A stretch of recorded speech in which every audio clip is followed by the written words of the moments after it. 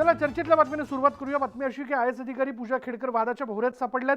या पूजा खेडकरांच्या वडिलांशी एक्सक्लुझिव्ह बातचीत करतायत आमचे प्रतिनिधी विलास बडे।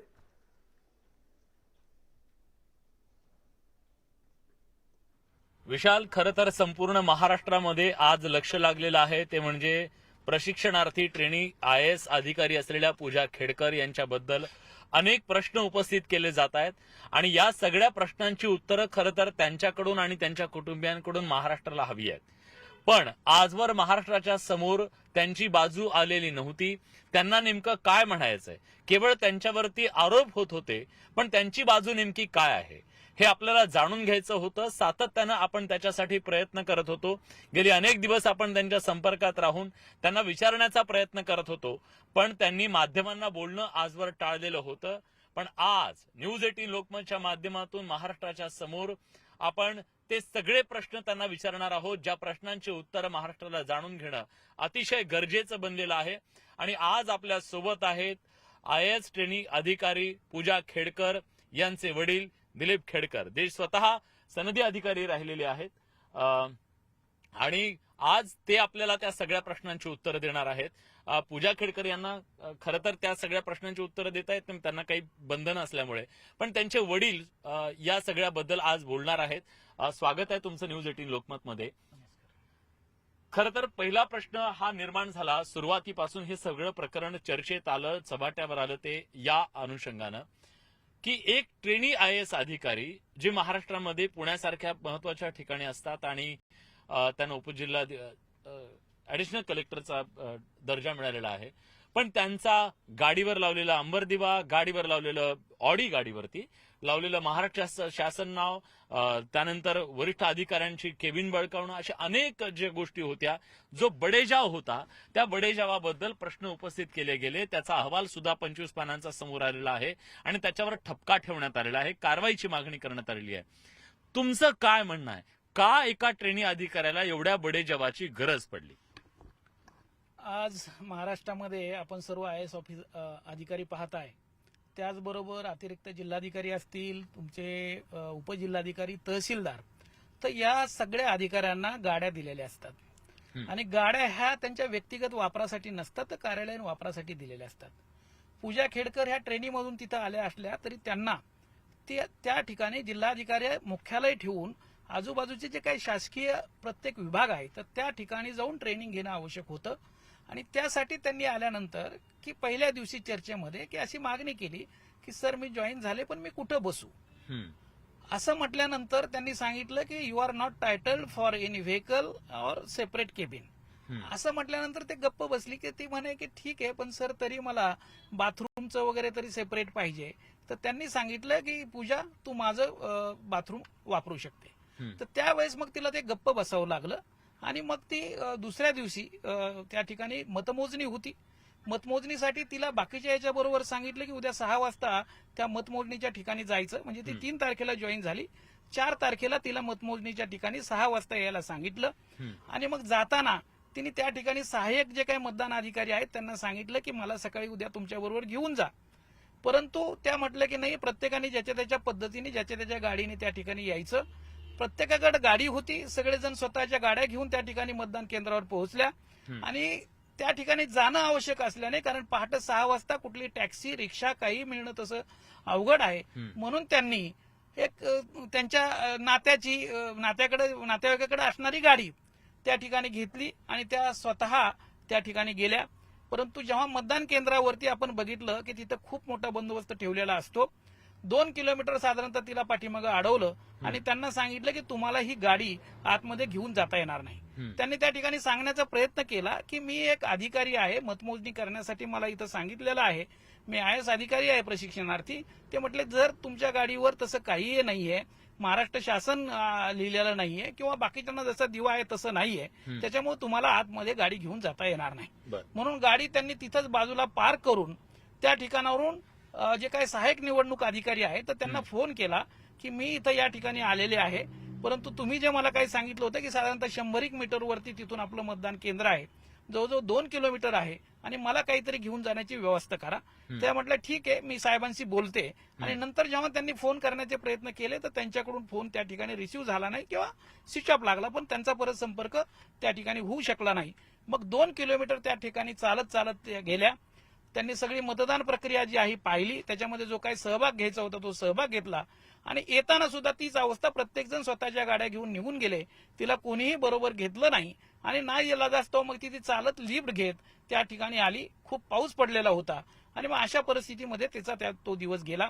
दुसऱ्या दिवशी जेव्हा ती 5 तारखेला ऑफिसमध्ये गेली तेव्हा तिने जिल्हाधिकारी साहेबांना ही सर्व गोष्ट सांगितली की माझ्याबरोबर असं असं झालं सर, माझे खूप हाल झाले आणि मला गाडीचं तेवढं झालं तर बरं होईल. तर त्यांनी सांगितलं की नाहीये, आपल्याकडे तुला देण्यासाठी गाडी नाहीये, तुला जो काही ट्रान्सपोर्ट अलाउन्स दिलेला असतो जाण्या येण्यासाठी तो त्याच्यामध्ये तू स्वतःची गाडी किंवा भाड्याची गाडी जी काही तुला घे आणि त्याच्यावर महाराष्ट्र शासनाने तू लॅम्प जर लावला तर तुला अशी परत अडचण येणार नाही, असं त्यांनी सांगितल्यामुळं त्या गोष्टी पुढच्या घडलेल्या आहेत. जर समजा तिचं ते मनाने केलेलं होतं तर त्या ठिकाणी त्यांच्या म्हणण्यानुसार गाडी सातत्याने लागत होती, तर जिल्हाधिकारी साहेबांनी तोंडी किंवा एक पत्र द्यायला पाहिजे होतं की जे काही तू करतेस हे चुकीचं आहे. कारण ती प्रशिक्षणार्थी आहे, शिकण्यासाठी त्यांच्याकडे आलेली आहे. आणि कोणतीही व्यक्ती, कोणताही अधिकारी आपले वरिष्ठ कसे वागतात, आपल्या कार्यालयातले कसे वागतात तर ते बघूनच वागण्याचा प्रयत्न करत असतात. त्या ठिकाणी जिल्हाधिकारी कार्यालयामधील अनेक अधिकारी ज्यांच्या खाजगी गाड्यावरती की त्यांच्या समोरच्या डॅशबोर्डवरती अंबर दिवा ठेवलेला असतो आणि जाताना ते वरती त्या ठिकाणी दिवा लावतात. हे चित्र फक्त त्या कार्यालयातच नाहीये, संपूर्ण महाराष्ट्रामध्ये आपण त्या ठिकाणी बघतो. फक्त IAS अधिकारी किंवा हे रेव्हेन्यू चेक लावतात अशातला भाग नाहीये. कित्येक जे आहेत खाजगी गाडीवर पोलीस असं लिहिलेलं असतं. तुमच्यासारखे पत्रकार आहेत तर त्यांनी सुद्धा त्यांच्या कित्येक गाड्यावर पत्रकार लिहिलेलं असतं. तर मला असं वाटतं की ते जे काही झालेलं आहे ठीक आहे, कायद्यानुसार ते चुकीचं असेल, परंतु की असं जे काही तिने काय खूप वेगळं केलेलं आहे, दिवा लावून किंवा महाराष्ट्र शासन लिहून तिने कुठेतरी चोरी केलेली आहे, कुठेतरी डाका टाकलेला आहे किंवा कोणाला तरी फसवलेला आहे, असा कुठलाही प्रकार झालेला ठीक आहे, ठीक आहे. नाहीये. काम करत असताना तिची अडचण फक्त दूर व्हावी या हेतूने तेही त्यांच्या वरिष्ठाच्या परवानगीने त्यांच्या सांगण्यावरूनच ते केलेलं आहे. ठीक आहे, पण एक मुद्दा असा आहे की एक ट्रेनी IAS अधिकारी जेव्हा तिथे येतात तेव्हा त्या केबिन ज्या पद्धतीने बळकावतात, मी रिपोर्ट नुसार सांगतोय, केबिन बळकावलं गेलं, वरिष्ठांना दंबाजी केली गेली, त्यांच्याशी वर्तन चांगलं नव्हतं, अशा प्रकारचा आरोप झाला. एका अधिकाऱ्याचं हे वागणं शोभणारं आहे का? आता केबिनच्या बाबतीमध्ये की तुम्हाला मी थोडासा प्रश्न विचारतो, खरं तर ते तुमचं काम नाहीये, तुमचं प्रश्न विचारायचं काम आहे. एक महिला असेल, त्यातमध्ये ती तरुण मुलगी असेल, तर तिला वॉशरूमला जायचं असेल तर तिने सर्वसामान्य कॉमन मध्ये जाणं आवश्यक आहे का? तिला पिरियड पण येतो, पिरियड आल्यानंतर तिला सेपरेट काही व्यवस्था नको का? एक बसायची व्यवस्था, तोही जरी याच्यामध्ये उल्लेख येत नसेल तर महाराष्ट्र शासनाचे नियम आहेत, तर त्याच्यामध्ये प्रत्येक अधिकाऱ्याच्या ग्रेडनुसार त्याला किती बाय कितीची केबिन द्यायची तर त्याच्यामध्ये स्पष्ट नियम आहेत. असं कुठल्याही याच्यामध्ये मला तुम्ही आणून दाखवा, प्रशिक्षणार्थी ट्रेनिंगला दिली जाते, तेच मला आणून दाखवा की कुठल्याही याच्यामध्ये प्रशिक्षणार्थीला अशा प्रकारची केबिन देण्यात येऊ नये. असं कुठेही जर दाखवलं तर मी माझ्या मुलीला उद्याच रिझाईन करायला सांगतो. असं कुठेही मेन्शन केलं तुम्ही माणसं आणून ते केलं, केबिन बदललं असं गेलं, अशा बिलकुल प्रकारचा नाहीये. आरोप होतो. माझ्याकडे फोटोग्राफ्स आहेत, मी तुम्हाला एक फोटोग्राफ दाखवतो. संपूर्ण जो काही स्टाफ आहे तो त्यांचाच आहे. या ठिकाणी जे काही पत्र दिलेलं आहे अतिरिक्त जिल्हाधिकाऱ्यांनी, त्याच्यामध्ये त्यांनी स्पष्ट म्हटलेलं आहे की मी त्यांना त्या ठिकाणी हे बघा तुम्ही की हे कोणाचे कर्मचारी आहेत, हे सर्व त्यांचा स्टाफ आहे, त्यांनीच ते केलेलं आहे. बरं, या गोष्टीला मी विटनेस होतो की मी स्वतः तिथं गेलेलो असताना तर तिने मला म्हटलं की चला तुमची ओळख करून देते. माझी त्यांनी ओळख करून दिली आणि माझ्या समोर अतिरिक्त जिल्हाधिकाऱ्यांनी सांगितलं की तू खाली त्या गोडाऊन मध्ये स्टोअर मध्ये बसण्यापेक्षा तुला ही माझी जी अँटी चेंबर आहे, या ठिकाणी स्वतंत्र बाथरूमची व्यवस्था आहे, याच्या बाहेर एंट्री पण स्वतंत्र आहे, माझ्यातून तुला यायची गरज नाहीये, तू मधला दरवाजा बंद केला तर तुझं हे सेपरेट चेंबर होईल. आणि त्यांनी लगेच त्या ठिकाणी शिपायाला बोलून की उद्याच्याला मॅडमचं हे जे काही साहित्य येईल तर तुम्ही ठेवून घ्या, कर्मचाऱ्यालाही त्यांनी सांगितलं. आणि त्याच्यानुसार दुसऱ्या दिवशी हा जे काही कर्मचारी आहेत तर त्यांनी त्या ठिकाणी टेबल आणलेला आहे. अतिरिक्त जिल्हाधिकाऱ्यांनी तक्रारीच्या संदर्भात जे पत्र दिलेलं आहे त्याच्यावरही त्यांनी म्हटलेलं आहे की मी त्यांना त्या ठिकाणी टेबल टाकण्याची परवानगी दिलेली होती. बरं, तर त्याच्यामुळे त्याच्याबद्दलची पेपर आहेत तुमच्याकडे? त्याच्याबद्दलची माझ्याकडे सगळे पेपर आहेत, त्याचे तुम्हाला पेपर दाखवतो, अतिरिक्त जिल्हाधिकाऱ्याचं त्या ठिकाणी पत्र पण दाखवतो. बरं, पण एक मुद्दा असा सुद्धा आक्षेप नोंदवला गेला की तुमचा हस्तक्षेप आहे या सगळ्यामध्ये. हे पूर्णतः चुकीचं आहे हम्म, की अधिकारी म्हणजे वडील त्या ठिकाणी एखादा डब्बा देण्यासाठी किंवा अजून समजा जाता येता कसं काय चाललंय तुझं बेटा असं जर विचारलं आणि तुम्ही त्याला हस्तक्षेप समजत असाल तर अक्षरशः चुकीचं आहे. जेव्हा एवढं मात्र आहे नक्की की जेव्हा तो केबिन त्यांनी बनवून दिलेली होती आणि बनवून देऊन त्याला त्या ठिकाणाहून बाहेर काढत होते, त्याला अपमानित करत होते आणि ती त्या ठिकाणी अक्षरशः म्हणजे जिल्हाधिकारी साहेबांना फोन करत होती की सर माझी याच्यामध्ये चुकी नाहीये, तुम्ही ते दिलेलं आहे आणि मला असं रस्त्यावर जसं एखादं सामान टाकावं तशा पद्धतीने मला तुम्ही जी काही मेसेज जाईल तो चुकीचा आहे. पण तुम्ही वरिष्ठांकडे दाद मागितली का त्याच्याबद्दल? निश्चितच वरिष्ठाकडे जी आता ज्यांच्या अंडर आहे ती जे काही यशदा ट्रेनिंग सुरू आहे, यशदाचे जे डीजे आहेत तर त्यांनाही त्यांनी सांगितलं होतं.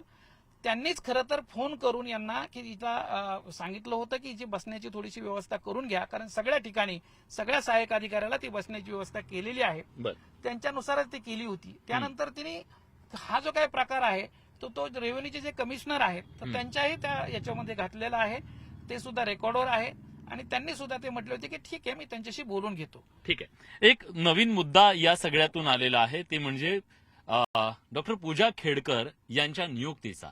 त्यांची नियुक्ती संशयास्पद आहे अशा प्रकारचा आरोप केला जातोय, त्याबद्दल तुमचं काय म्हणणं आहे?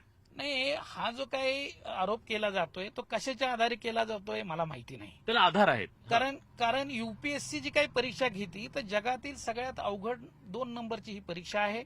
ही परीक्षा काही एका टप्प्यावर होत नाहीये किंवा फक्त तोंडी परीक्षावर होत नाहीये. याचे प्रिलिम, मेन, इंटरव्ह्यू, मेडिकल अशा 3-4 टप्प्यामधून याच्यामध्ये जावं लागतं आणि असं कुठलाही काही प्रकार झालेला नाही. प्रत्येक ठिकाणी सगळ्या गोष्टी रेकॉर्डवर आहेत आणि जी काही तिची निवड झालेली आहे ती योग्यच आहे. लोक म्हणताना वेगवेगळ्या पद्धतीने त्यांना जी काही अर्धवट माहिती आहे त्याच्यावर ते बोलतात, परंतु ते खरं नाहीये. तिची जी काही निवड झालेली आहे ती योग्य पद्धतीने झालेली आहे. खेडकर साहेब, तुम्ही म्हणता आधार नाही आरोपांना, पण जे प्रामुख्यानं मुद्दे उपस्थित केले जात आहेत यातले तो एक मुद्दा असा आहे की जे सर्टिफिकेट दिले गेले, मेडिकल सर्टिफिकेट आहे, ज्या सर्टिफिकेटच्या आधारावर तिला 850 पर्यंत त्यांची रँक होती तरी त्यांना IAS दर्जा मिळाला, ते मेडिकल सर्टिफिकेटच्या आधारावरती मिळालेलं आहे. ते मेडिकल सर्टिफिकेटच संशयास्पद आहे, ते बनावट आहे अशा प्रकारचा आरोप होतोय. सगळं पहिलं तर हे समजून घेतलं पाहिजे की ज्याला मराठीमध्ये आपण दिव्यांग म्हणतो किंवा इंग्रजीमध्ये पर्सन विथ बेंचमार्क डिसॅबिलिटी, याच्यामध्ये बेंचमार्क त्यांनी ठरवलेला आहे पर्सेंटेज की किती पर्सेंटेज असल्यानंतर त्याला तुम्ही दिव्यांग समजणार आणि यासाठी संपूर्ण जेवढ्या जागा आहेत तर त्याच्या 4% जागा त्या ठिकाणी राखीव ठेवलेल्या असतात. ते करत असताना ती त्याच्यामध्ये जे काही सर्टिफिकेट होतं तर जी काही प्रोसिजर आहे त्या प्रोसिजरनी ते घेतलेलं आहे. त्याच्यासाठी मेडिकल बोर्ड होतं. मेडिकल बोर्ड घेतल्यानंतर जे सर्टिफिकेट सबमिट झाल्यानंतर त्या सर्टिफिकेटवर डीओपीटी किंवा युपीएससी फारसा विश्वास ठेवत नाहीये. ते त्यांच्या पद्धतीने एक मेडिकल बोर्ड त्या ठिकाणी अपॉइंट करतात युपीएससीचं. त्याच्यामध्ये सर्व एक्सपर्ट असतात. साधारणतः एका बोर्डमध्ये 8 ते 10 लोक असतात. असं 2 हॉस्पिटलमध्ये त्या ठिकाणी टेस्ट होती आणि त्याचे जे रिझल्ट येतात ते जर त्याच्यामध्ये त्यांनी जे काही हे पर्सेंटेज असेल ते इव्हॅल्युएट करतात आणि ते जर विदिन लिमिटमध्ये असेल तर त्यांना पीएच कन्सिडर केलं जातं, अन्यथा केलं जात नाही. आणि ही सर्व प्रक्रिया त्या ठिकाणी झालेली आहे. त्याच्यामुळं ते सर्टिफिकेट फेक आहे किंवा तिच्याकडे बघून ती हे दिव्यांग वाटत नाही असे कितीतरी उदाहरणं आहेत की त्याच्यामध्ये मी आता खरं तर नावं घेणं संयुक्तिक होणार नाही, पण फक्त मी आडनाव घेतो. पाटील, जैन किंवा अजून असे जे काही IAS मुलं आहेत त्यांचे जर तुम्ही फोटो जर बघितले तर ते तुम्हाला एकदम जे काही सर्वसाधारण आहेत तशाच प्रकारे वागतात. 90% अशा डिसेबिलिटी आहेत त्या ऍक्ट मधल्या की जे तुम्हाला दिसताना तुम्ही अगदी सर्वसामान्य दिसता, परंतु जेव्हा तुमचं मेडिकल चेकअप होतं तेव्हा त्या ठिकाणी डिसेबिलिटी दिसून येतात. मग याच्यात 2 प्रश्न आहेत खेडकर साहेब. एक, जर मेंटल डिसेबिलिटी किंवा तुम्ही म्हणताय की डोळ्यांच्या संदर्भातली डिसेबिलिटी त्यांनी होती आणि त्या आधारावर त्यांना ते सर्टिफिकेट मिळालं. प्रश्न असा आहे की त्यांनी याच्या आधी ओबीसीमधून जेव्हा एक्झाम दिलेल्या होत्या त्या एक्झामच्या वेळेस ही डिसेबिलिटी कुठे नव्हती, पण नंतर अचानक ही डिसेबिलिटी कशी काय आली? कुठल्याही क्षेत्रामध्ये आपण गेल्यानंतर त्या सगळ्या गोष्टीचं आपल्याला नॉलेज नसतं. तसंच परीक्षेच्या बाबतीत आहे की जेव्हा मुलं ग्रॅज्युएट होतात, शिकतात, परीक्षा देतात, परंतु जेव्हा जेव्हा त्यांना त्यांचे कलिग भेटतात, हे उठतात, तेव्हा ते सांगतात की अरे मला डोळ्याचं असं आहे, मी असं सर्टिफिकेट घेतलं, किंवा मला कानाचं असं आहे, असा प्रॉब्लेम आहे. आणि मग त्यानंतर ते मुलं विचार करतात किंवा जर त्यांचं ते बसत असतील तर तशा प्रकारे हा काही नवीन प्रकार नाहीये. याच्या अगोदरही सुप्रीम कोर्ट हायकोर्टच्या एवढ्या केसेस आहेत की त्याच्यानुसार त्यांना त्या गोष्टी दिलेल्या आहेत. जेव्हा तिच्या लक्षात आलं रे आपल्याला तर डोळ्याचा एवढा नंबर आहे, आपल्याला दिसत नाही, आपल्याला बाजूचं एक त्याचा अँगल असतो तो कमी आहे, बऱ्याच वेळेस ती चालताना तो अँगल कमी असल्यामुळे तिचा तोल जातो, एकदम मोठ्या भिंगाचे त्याच्यामध्ये आता हे झालेले आहेत पण मोठा नंबर आहे, बऱ्याच वेळेस तिच्याकडून ते लेन्स वगैरे वापरले जातात आणि वरून चष्मा लावला जातो, तर त्याचाही तो इफेक्ट आहे. आणि हे जेव्हा तिच्या लक्षात आलं की आपण बसतोय, मेडिकल चेकअप केलं आणि ते पर्सेंटेज आलं, सर्टिफिकेट घेतलं आणि पुढचं तिने अप्लाय केलं, याच्यामध्ये काही गैर नाहीये कारण त्या जागा त्याच्यासाठीच ठेवलेल्या आहेत. तुम्हाला रिझर्वेशन त्याच्यासाठीच ठेवलेलं आहे कारण आजपर्यंत या लोकांना, या कॅन्डिडेटला फारशी कोणी चांगली वागणूक देत नव्हतं, त्यांच्याकडे वेगळ्या पद्धतीने बघितलं जायचं, म्हणून 2016चा याच्यासाठी स्पेशली ऍक्ट केलेला आहे. ऍक्टमध्ये प्रोव्हिजन दिलेले आहेत, रिझर्वेशन कसं द्यायला पाहिजे, मेडिकल सर्टिफिकेट कुठून घ्यायचे, त्याची काय प्रोसेस आहे ते सर्व नमूद केलेलं आहे, कुठल्या कॅटेगरीला दिलं जातं ते नमूद केलेलं आहे आणि हे सर्व नियमानुसारच ते झालेलं आहे. नियमानुसार झालंय तुम्ही म्हणताय, मग इतके वेळा तुम्हाला बोलवलं गेलं, म्हणजे तुमच्या कॅन्डिडेटला बोलवलं गेलं त्याच्या मेडिकलच्या चेकअपसाठी, जवळपास 6 ते 7 वेळा बोलवलं गेलं असं सांगितलं जातंय. आता खरं खोटं तुम्ही सांगा. तर मग इतक्या वेळा बोलवून सुद्धा का गेलं नाही तुमचा कॅन्डिडेट? मला सांगा की जो कॅन्डिडेट त्याच्यामधून अप्लाय करतोय आणि त्याला माहिती आहे की हे केल्याशिवाय आपलं सिलेक्शनच होऊ शकत नाही, तर तो का बरं असा अवॉइड करेल? तो गेला नाही म्हणजे त्याचं सिलेक्शन होणार नाहीये, म्हणजे त्यांनी 3 स्टेजेसच्या परीक्षा दिल्याचा काही उपयोग होणार आहे का? नाही. म्हणजे मुद्दा म्हणून कोणताही उमेदवार असं करणार नाही. ती कोविडची साथ होती, तिच्या डोळ्याला कोविड झाला होता आणि तिच्या डोळ्याचेच एक्झामिनेशन असताना तिने ते अथॉरिटीला कळवलेलं होतं, त्याच्यानुसारच त्यांनी ते मेडिकल पोस्टपोन केल्या होत्या. पण पोस्ट जो कोविड पोस्ट असतो तर तिला असं वाटलं होतं की ठीक आहे की आपलं 1 महिन्यामध्ये 1.5 महिन्यामध्ये जो काय पिरियड आहे कोविड बरा होईल, परंतु त्याच्यानंतरचे पुढचे तिचे इन्फेक्शन झाले ते पण त्यांनी त्यांना कळवलेले आहेत. आणि मीन व्हाईल त्याच्यात जे काही त्यांनी म्हटलेलं आहे त्यांच्या ॲफिडेव्हिटमध्ये की आम्ही अनेक वेळा त्यांना कॉन्टॅक्ट करण्याचा प्रयत्न केलेला होता, तो थोडासा गैरसमज झालेला होता. त्याच्यामध्ये ती कोविडमध्ये असल्यामुळे, आजारी असल्यामुळे फोन स्विच ऑफ असणं या गोष्टी झालेल्या आहेत, त्याच्यामुळे तिच्यापर्यंत तो संपर्क पोहोचला नाही. त्यांनी रायटिंगमध्ये एकही पत्र दिलेलं नाही किंवा मेल पाठवलेलं नाही.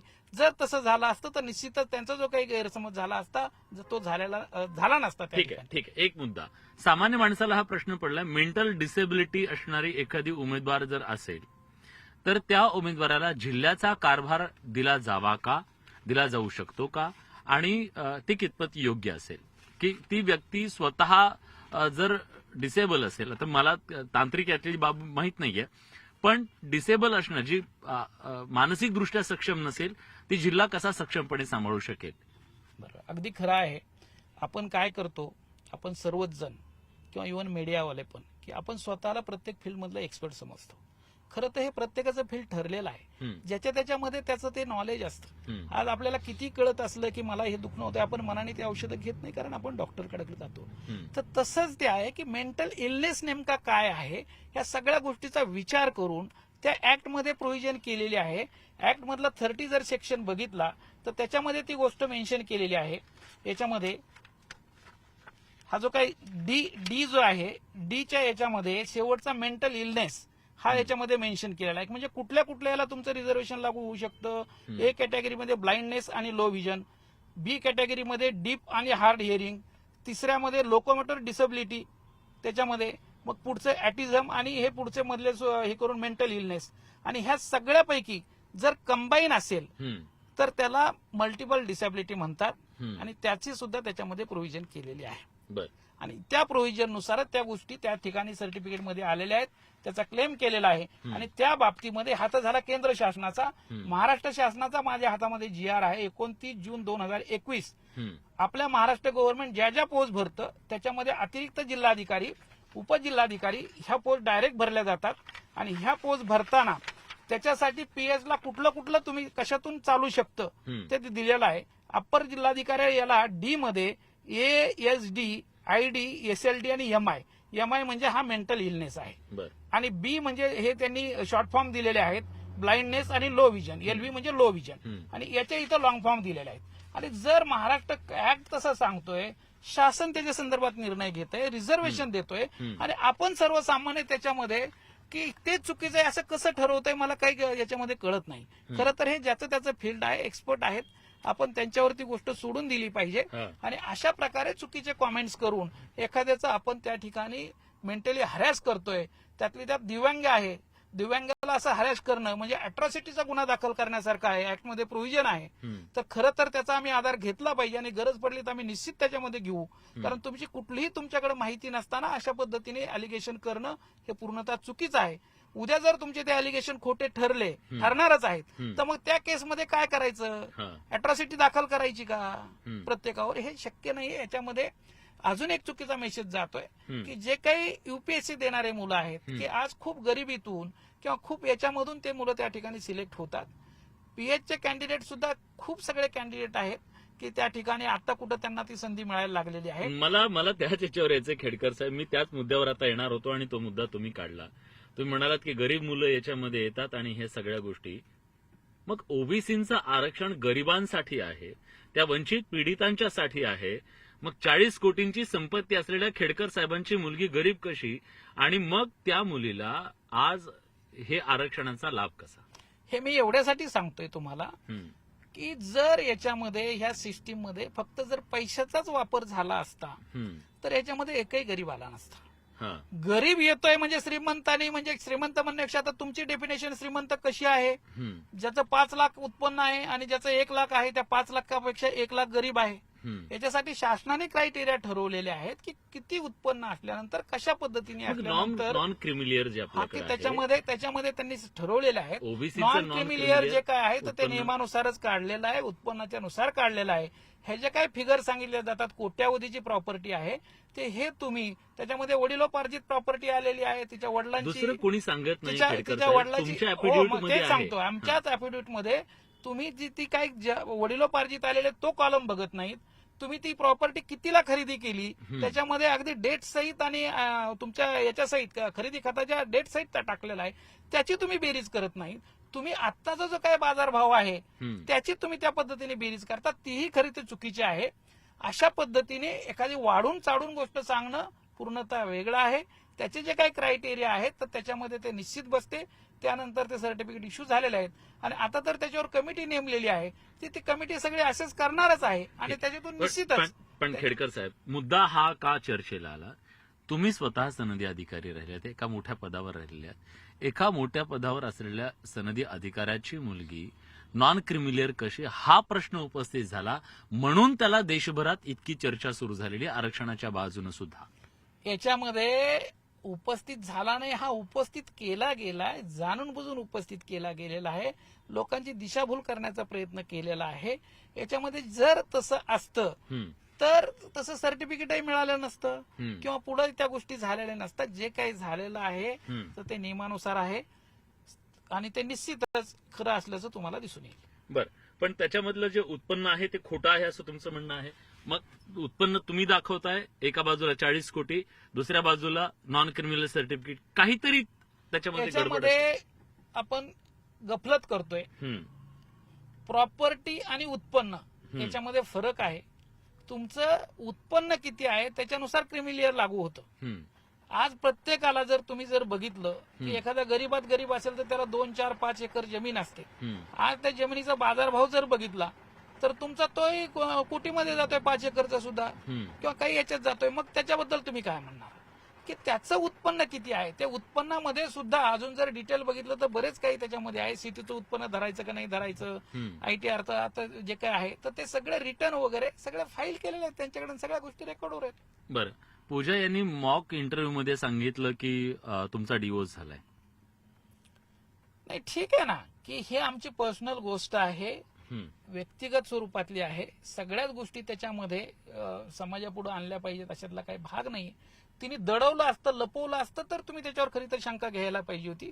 पण जी प्रामाणिकपणे त्या ठिकाणी सांगते की अशी आहे, जर आम्ही अॅफिडेव्हिट सुद्धा प्रॉपर्टीचं करताना प्रामाणिकपणे त्याच्यामध्ये जे काय आहे तर ते लिहितोय आणि त्या नियमानुसार, कायद्यानुसार, अगदी काय म्हणतो आपण सरळ मार्ग असल्याशिवाय कोणी लिहिल का? त्याच्यात लिहिलं नसतं. खरं तर आम्ही हाईड काय केलं हे तुम्ही बघायला पाहिजे होतं. ते न बघता तुम्ही आम्ही जे बोलतोय तर त्याच्याबद्दलच तुम्ही उलटा हे करताय, तर हे खरं तर चुकीचं आहे.